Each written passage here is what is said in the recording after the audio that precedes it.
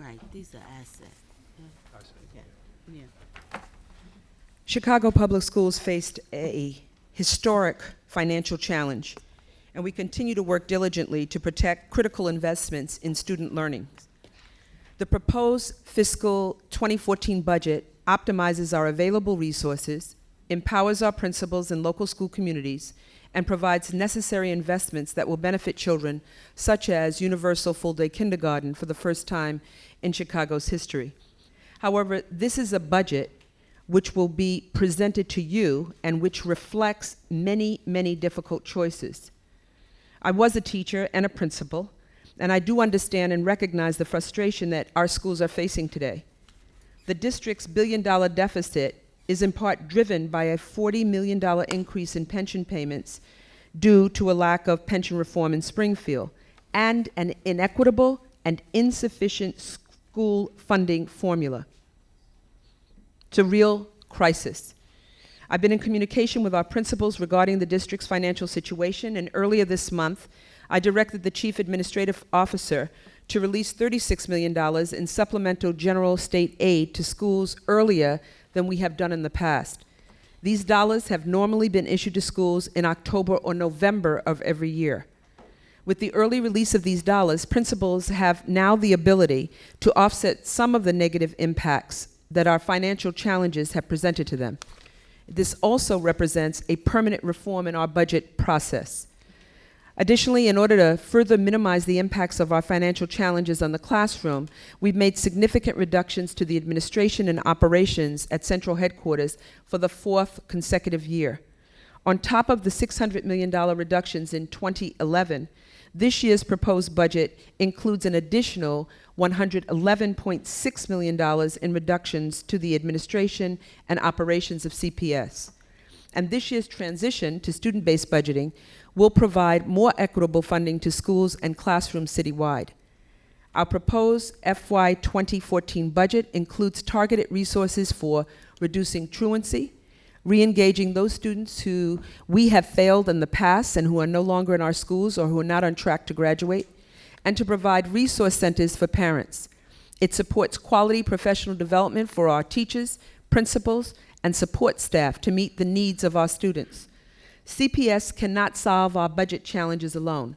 We need our parents, our teachers, our LSC members, principals, community leaders, and lawmakers to be our partners in finding a lasting solution that will allow us to meet our financial challenges while maintaining critical investments that support classroom learning and that put our students on the path that they should be on. The entire CPS community has worked to ensure that we continue the steady progress we've made on behalf of our children. And I will continue to work with any and all members of our community, including policymakers and legislators in Springfield, to find real solutions and meaningful pension reform and per pupil state funding increases for our schools, the kind of funding that will provide stability to our district and protect our children. I now introduce the district's Chief Administrative Officer, Tim Cawley, and he will present the proposed fiscal year 2014 budget.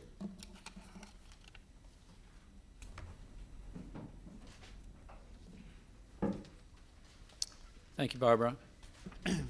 President Vitale, members of the board, when we've talked to you about the budget in the past, in previous years, we've always looked ahead to fiscal 14 with a lot of trepidation and even alarm, because we knew that looming out this year was a $400 million pension cliff, an increase in expense that was staggering to contemplate.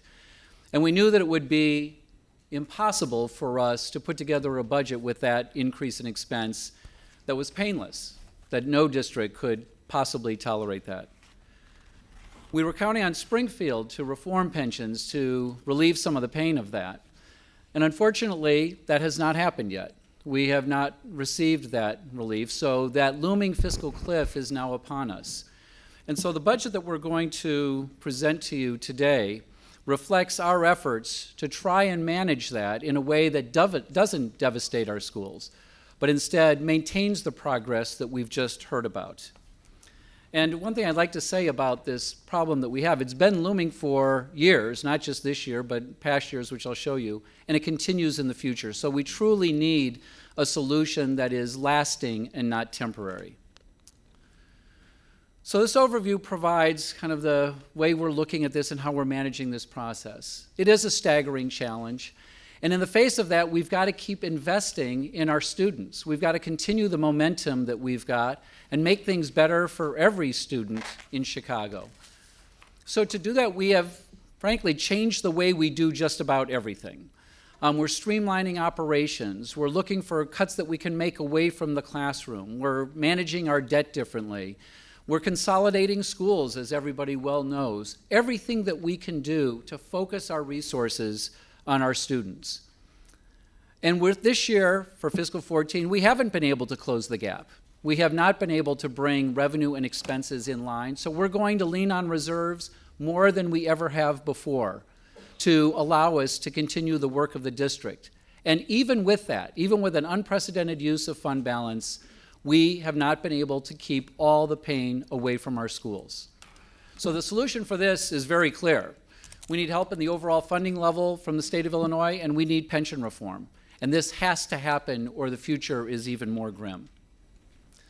Here's our agenda for today. I'm going to briefly recap fiscal 13 because that provides the foundation for the 14 budget. Then we'll spend most of the time on the operating budget for fiscal 14. We'll touch on capital, although this is old news since we released the capital budget back on May 1st. And then we'll provide a very brief outlook for the next 2 years, as any good budget planning process should. The summary of fiscal 13 is that we still ended with a very significant deficit. Revenues were $273 million lower than our expenses, but in there was a little bit of good news. We thought our deficit would be even worse by almost $160 million. That deficit is covered by fund balance, as we had planned all along. We knew that we couldn't get the entire budget into balance. Capital spending of $473 million was lower than what we've done in previous years, but still significant as we invested in our school transitions.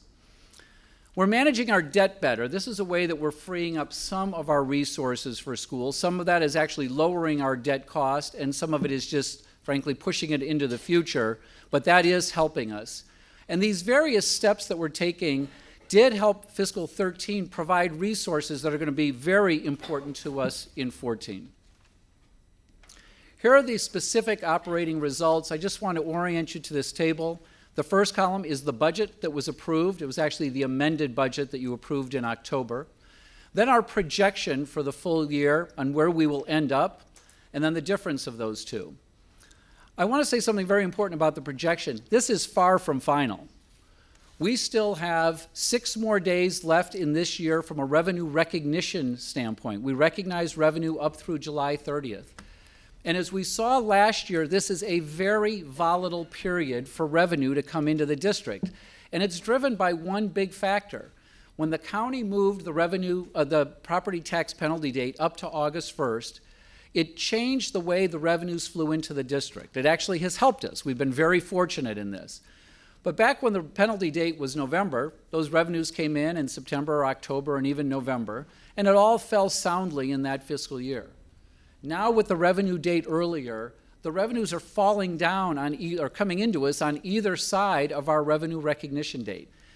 So our assumption for revenue for fiscal 13 is that $103 million more will come in the next 6 days from the county. Now that's a reasonable assumption because that's about the way that it came in last year. If less comes in, that number will be worse. Our deficit will be worse. If more comes in, it will be better, and it all depends on those receipts from the county. Similarly, state payments have affected us at the end of the year, and as you look on the right-hand column about a third of the way down, you'll see that state revenues this past year, fiscal 13, were up $52 million. That was a surprise to us, because frankly, the entire $52 million was the fact that the state got current on their block grant payments to us. If you'll recall, when you all started as a board, the state at that time was $300 million behind in payments to CPS. As of today, they are current on their bills. That is the one bit of good news we can share with you about the state of Illinois' funding of CPS. Frankly, it was unexpected, as you can tell by our budget. We didn't count on them getting current, and helpful in that it increased our revenues by $50 million.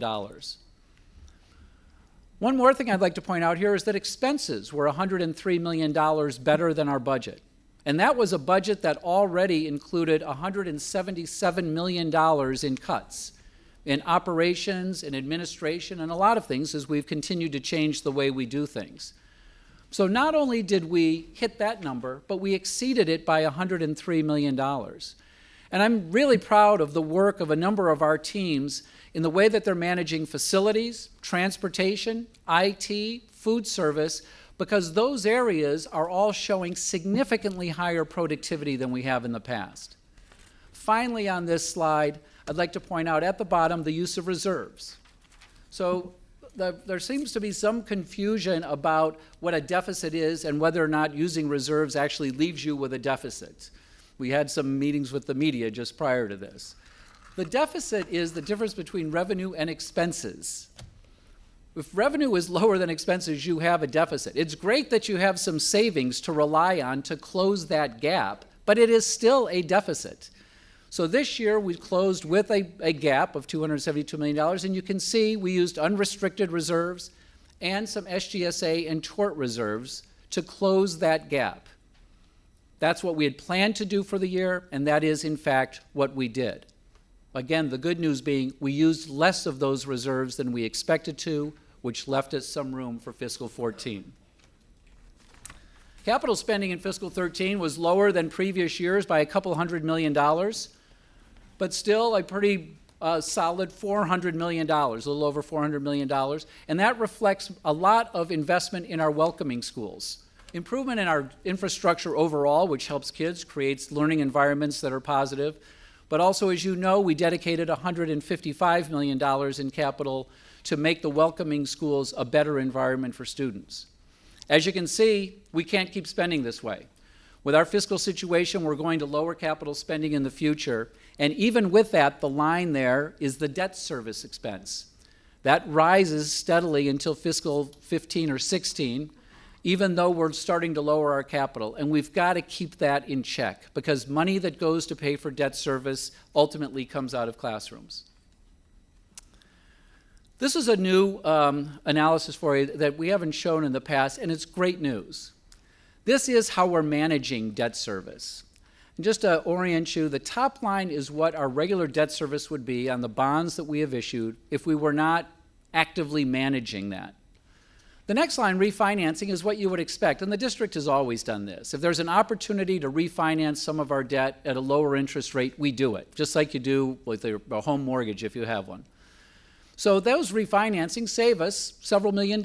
Each year we go in, we look for ways to do it, and it's going to benefit us in the future. The next line, the line of credit, is something that is on your agenda today. Opening a line of credit for us to use to change the practice of how we manage our cash. In the past, we would bond for projects as soon as they were approved. So we would issue bonds and start incurring debt cost beginning then, even though the bills for those projects would be coming in over the future, in future months, or even sometimes over a year later. So we were paying a 4 or 5% interest on recent bonds too soon, earlier than we really needed the money. By starting with this line of credit, we will pay bills only when they're due. And this line of credit, by the way, the interest rate right now is less than 1%. It's 0.85%. So it's a great interest rate. By approaching our whole bond financing approach that way, paying the line of credit using operating cash first, we're going to be able to save $18 million, and that's real savings over the next 2 years. The next line is not 100% good news. This is what we've done to restructure our debt. As bonds come due, we have restructured it to free up resources for the classroom. And it's done a great job in that, over $300 million over the last 4 years, that we've been able to restructure our debt. But unlike the first two lines, this doesn't go away. The savings in the first two lines is real savings. This ends up coming back in the future. So this is delaying the debt payments into the future frankly, when we have a lower overall debt profile. But we have to pay this. So you can see the red number coming in on the far right. That's the beginning of the payback for this. So this is not a sustainable strategy to close our gap. This is a way for us in the short term, with the dire financial situation we've had, to free up resources for the classroom. And as you can see, the net impact and the debt service afterwards shows that we are doing a good job of keeping those resources for the classroom in constantly intervening to try to manage our debt more aggressively. So the sum on fiscal 13, challenging year, very significant deficit. It's never a good news year when we have a big deficit like that. But we've actually managed to do better than we had projected, and we've preserved some resources for fiscal 14, which we desperately need. So Barbara mentioned, everybody's reported on our $1 billion deficit. And we'll show you how the $1 billion comes about. And the $1 billion was our number that we had as we started this planning process. Much like a year ago, as we started the planning process, we had a $700 million deficit that it's our job then to close. And that $1 billion reflects that our financial picture got so much worse this year because of the pension cliff. An overwhelming $405 million increase that obliterates a small increase in revenue that we can expect. We are saving money by closing schools this year and then reinvesting that and more in our welcoming schools. So you're not seeing the benefit of that in fiscal 14. We'll talk about that. And this budget reflects the fact that we are changing the way we do everything, that we have done everything that we can think of to preserve funds for schools. More cuts in central office administration and operations. We've taken property taxes to the cap, the one bit of revenue that we can personally influence. We have the debt restructuring that I showed you earlier. And then we're using reserves at a level higher than we've ever done before, including dipping into restricted reserves. And even with all that, there aren't enough funds remaining to keep the funding at schools flat. And that's the reduction that we had to implement this year to be able to close this budget gap. This is a slide you've seen before. Our pension history on the left is hundreds of millions of dollars than each of the years. Prior to 2006, we did not have to make a contribution to our pension fund. It was fully funded.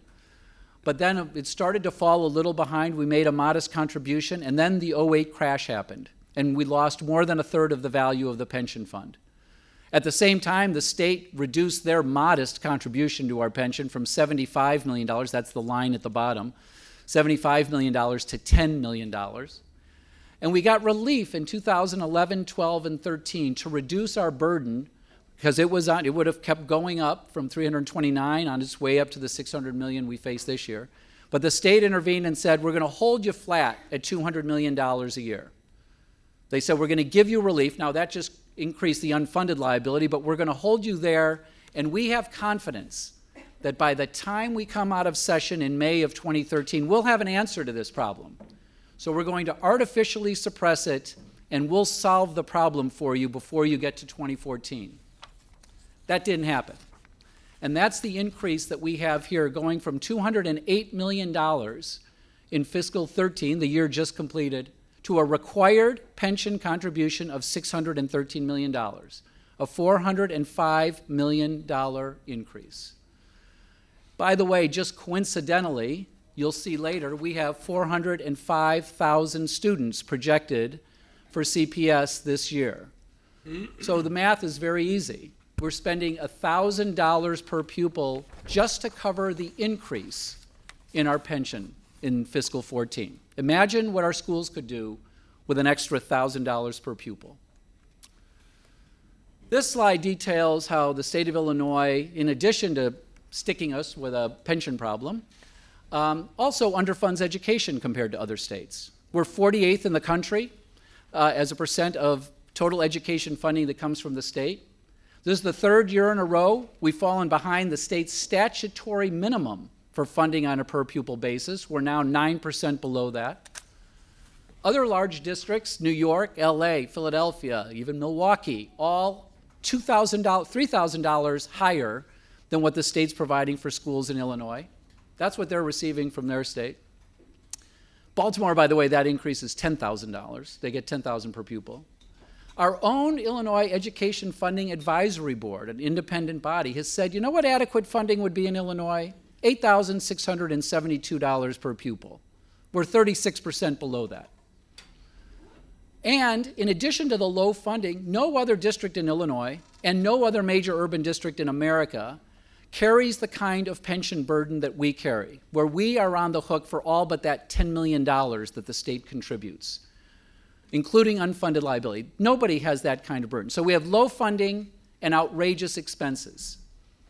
And as the last point says, as bad as that is, which is about as bad as it can be, the outlook with Illinois' desperate financial situation is that there will be less funding available for education in Illinois in the future. This has to change. It has to change, or CPS cannot continue to make the progress it's making. This is a graph that you've seen before that shows the CPS revenue and expense progress over the last 8 years. And you can see that revenues and expenses from 2005 up to 2009 kind of moved in lockstep. By the way, the graph looks almost identical going back 10 years before that and probably back forever. Revenues steadily increased. Expenses went up right along with it. And it may feel like, why do we have problems all of a sudden? Why all of a sudden a deficit? Well, our problem actually started back in 2009 when revenues started to fall behind expenses.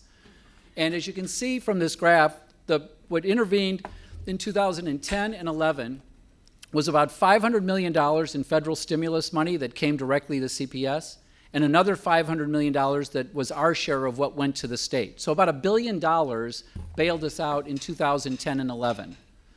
In 2012, I commented on that property tax timing change from the county. That there was all of a sudden we got $244 million last July that wouldn't have come in if the property tax date had stayed later. So that saved us. Between that and the state catching up by $100 million last year, and this was all reported in the CAFR in December, that resulted in a surplus for fiscal 12 when we had expected a deficit. You take those two elements out, $344 million, fiscal 12 is back to being a deficit. So we have been saved, frankly, for the last 3 years by one-time money. We don't have that one-time money anymore. So we have now faced a $1 billion deficit on top of the deficit that we saw for this year, and that's where we started our planning. So you might wonder, so where did we end up? How did we get to $1 billion to a lower number? Well, first of all, here's how the $1 billion stacks up. Starting with what we were projecting for our deficit, we did a little bit better than that 334 at the top, as I said. The higher pension expense, higher salary increase for our employees, a decision that we made and we think was a good decision. Lower state and local revenues that we had expected. And by the way, that was a worse number. The governor proposed a budget that would have taken another $60 million out of CPS, but the legislature voted on May 31st to reinstate that. So the 41 used to be 101. You can see some of the other changes, higher debt service before our restructuring. So that 977, there's the $1 billion, and again, before the state change, it was $1,037, $1,037 million. So what did we do to close that gap? Well, frankly, we didn't close it. We left it at $700 million, but we took steps to get it down to $700 million. We're making cuts in administration operations, continuing to drive those costs down. We increased property taxes to the cap. We also made cuts to schools very painfully. And we're going to be able to rely on the structural savings from fiscal 13, the better performance in 13. So while we started at an incomprehensible $1 billion, we were only able to get it to $700 million. And I'll show you we were able to close that using one-time funds. Here's the budget that we're proposing to you. Same setup as what you saw earlier. Column 1 is the projection for fiscal 13. Column 2 is the proposed fiscal 14 budget, and then the difference. As you can see, we're proposing a budget, if you look right in the middle on total expenses, a total budget that spends $463 million more than we did last year. And there are two big drivers of that 463. $405 million for pension, $93 million for salary increases. So that's 498 just on those two items. So our total expense increase is actually lower than that number. And that shows that between everything else, all the ups and downs in the budgets, we were able to come in $35 million lower than just those two increases would have driven us up. Now, you see on here, just go down the comment column, you see property taxes are up. That's because we were able to raise them to the cap. What we saw in the replacement tax, which is basically corporate income tax, there's a one-time kick-up that helped us in fiscal 13. It does not appear that we can count on that in 14. We'd obviously love to be able to. All other local is a variety. There's some TIF funds in there. Is a variety of things, money that flows through the schools from local money that they raise, actually, that helps their own budgets. You can see the state is now lower at $1,621,000,000. That's because they're not playing catch-up anymore. The state is current, and we've built into this assumption that they stay current. If they fall behind by the end of next year, that number goes down, $50 million for every month that they go down. Oh, and by the way, and the assumption on the property taxes is that the money comes in next summer just like it's coming in this summer. So again, that volatility around that July 30th date forces us to make some very big assumptions here. If that money were to slip out into August of 2014, this number, we would be worse off. So revenues end up being up a little bit, mostly because of the property tax increase. Total expenses, as I mentioned, are up, and now how do we fund that gap? We end up using a total of $700 million worth of reserves. And let me start with the bottom reserve that we're tapping, the debt service fund balance. We're using $54 million there, which ends up increasing our revenue because it's less money that has to go to pay off our bonds. And we've never done that before. Debt service fund balance is restricted. We've never tapped into it to close the operating deficit. And we did it for one simple reason this year.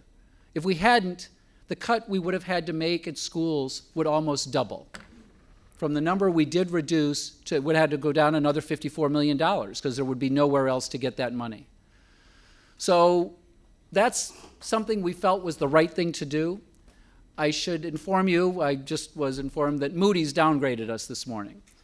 Likely in recognition of what's happening at the city and the state, in the budget challenge that we have here, and the fact that we're tapping into debt service fund balance will certainly not change their mind on this. They will view that as a negative step. We're also tapping into a tort fund balance. That's for lawsuits that we have a fund balance. We think we have more in there than we will need, so we're tapping into that. Again, to not make cuts in the schools. SGSA is kind of a funny one. It is a fund balance. It's money that's reserved at the schools. It's their money. But every year we have to show it as a reserve because we're not allowed to use it. So the schools have it. And that's the money that Barbara mentioned earlier gets carried over into the year that we just released earlier. And then finally, the unrestricted fund balance of $563 million. Just as, again, to summarize, we would not have that money to use if it were not for the state catching up, the property tax date change, and our improved fiscal 13 results. Those three things don't happen, we don't have a fund balance to rely on. And then the cuts to the schools and everywhere else would have to be devastating. So this has worked out fortuitously, but we clearly are on a bit of an edge there on the way that we're managing this and continuing to use one-time resources. This is not a lasting solution to our budget problem.